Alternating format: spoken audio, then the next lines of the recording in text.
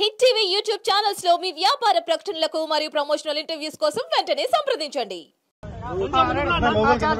గత 10 రోజులుగా తెలంగాణ రాష్ట్ర వ్యాప్తంగా 70,000 మంది తెలంగాణలో ఉన్న విద్యార్థులు ఎవరైతే నీట్ ఎగ్జామ్ రాసిర్రో ఆ ఎగ్జామ్ లో అవకతవకలు జరిగినాయి. ఇక్కడున్న మన విద్యార్థులకు అన్యాయం జరిగింది.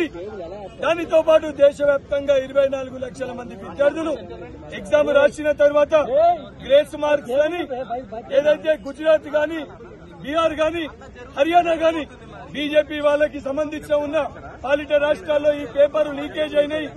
గ్రేస్ మార్క్స్ ఇచ్చి 24 లక్షల మంది విద్యార్థులకు అన్యాయం జరిగిందని స్పష్టత వచ్చినప్పటికీ కూడా బీజేపీ పార్టీ ఏదైతే సంబంధించి ప్రధానమంత్రి నరేంద్ర మోడీ గారు కానివ్వండి, తెలంగాణ రాష్ట్రంలో ఉన్న కేంద్ర మంత్రులు బండి సంజయ్ కిషన్ రెడ్డి కానివ్వండి, ఈ అంశానిపైన నోరు మెదపకుండా, ఈ సమస్య పరిష్కరించే దిశగా అడుగులేయకుండా, ఈ నీట్ ఎగ్జామ్ ని రద్దు చేసి మళ్లీ నీట్ ఎగ్జామ్ ని కండక్ట్ చేయకుండా, ఎన్టీఏని రద్దు చేయకుండా వీళ్ళన్నింటినీ వెనకేసుకొని వస్తూ 70,000 మంది తెలంగాణలో ఉన్న విద్యార్థులకి 24 లక్షల మంది ఏదైతే దేశవ్యాప్తంగా ఎగ్జామ్ రాసిన విద్యార్థులకు అన్యాయం చేసే ప్రయత్నం చేస్తున్నారు.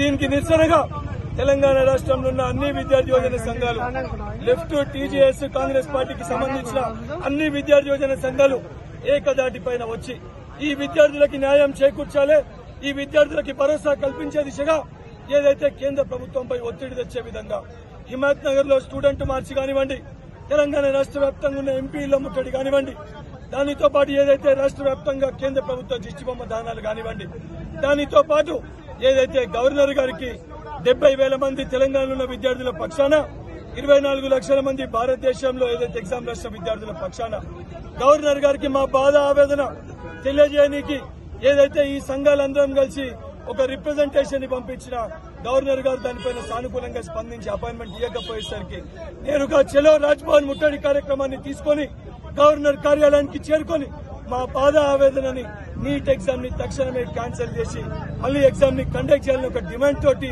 ఈ రోజు ఈ కార్యక్రమాన్ని తీసుకోవడం జరిగింది.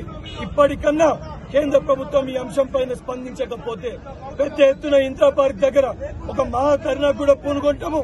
దానితో పాటు 6వ తారీఖున నీట్ కౌన్సిలింగ్ కి వ్యతిరేకంగా ఏదైతే తెలంగాణ రాష్ట్ర వ్యాప్తంగా విద్యార్థి విద్యా సంస్థలన్నింటినీ కూడా బంద్ పిలుపునివ్వడం జరుగుతుంది.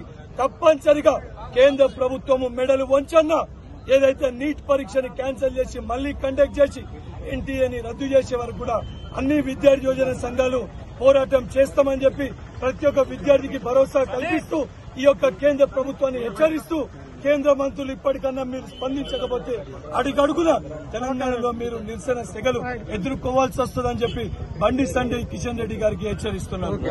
హిట్ టీవీ యాప్ ని డౌన్లోడ్ చేసుకోండి. ఇందులో short news, live news, entertainment movies అన్ని అవైలబుల్ గా ఉన్నాయి. Please download hit TV app.